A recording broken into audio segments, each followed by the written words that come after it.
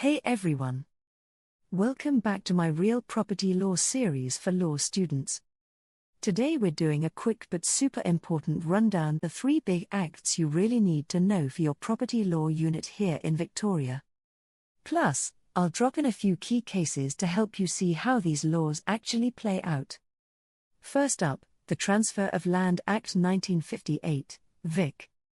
This is the heart of the Torrens system. It sets out how land is registered and transferred in Victoria. If you remember nothing else, remember this: in the Torrens system, the register is everything. One classic case for this is Breskvar v. Wall, 1971. This case showed that whoever's on the register has the best claim, so the register is king. It helps protect good faith buyers and cuts down fraud. Next, the Property Law Act 1958, Vic. This one covers old rules we kept from the common law, like how co-ownership works and what formalities you need when transferring property. A good example here is Corin v. Patton, 1990.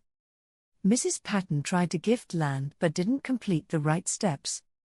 The court said, intention alone isn't enough, you have to properly transfer according to the Act's rules. And finally, the Planning and Environment Act 1987, Vic. Owning land doesn't mean you can do whatever you want with it. This act controls how land can be used, developed, and zoned. Councils use this to approve or refuse permits. For fairness in planning decisions, a handy related case is Rich v. Baldwin, 1964. It's actually UK but still shows how decision makers have to act fairly and follow proper processes, which applies when councils decide on planning permits too.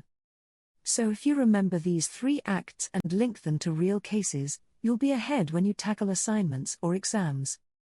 If you found this helpful, please subscribe, like, and tell me in the comments which act or case you want me to explain more in a future video. See you in the next video.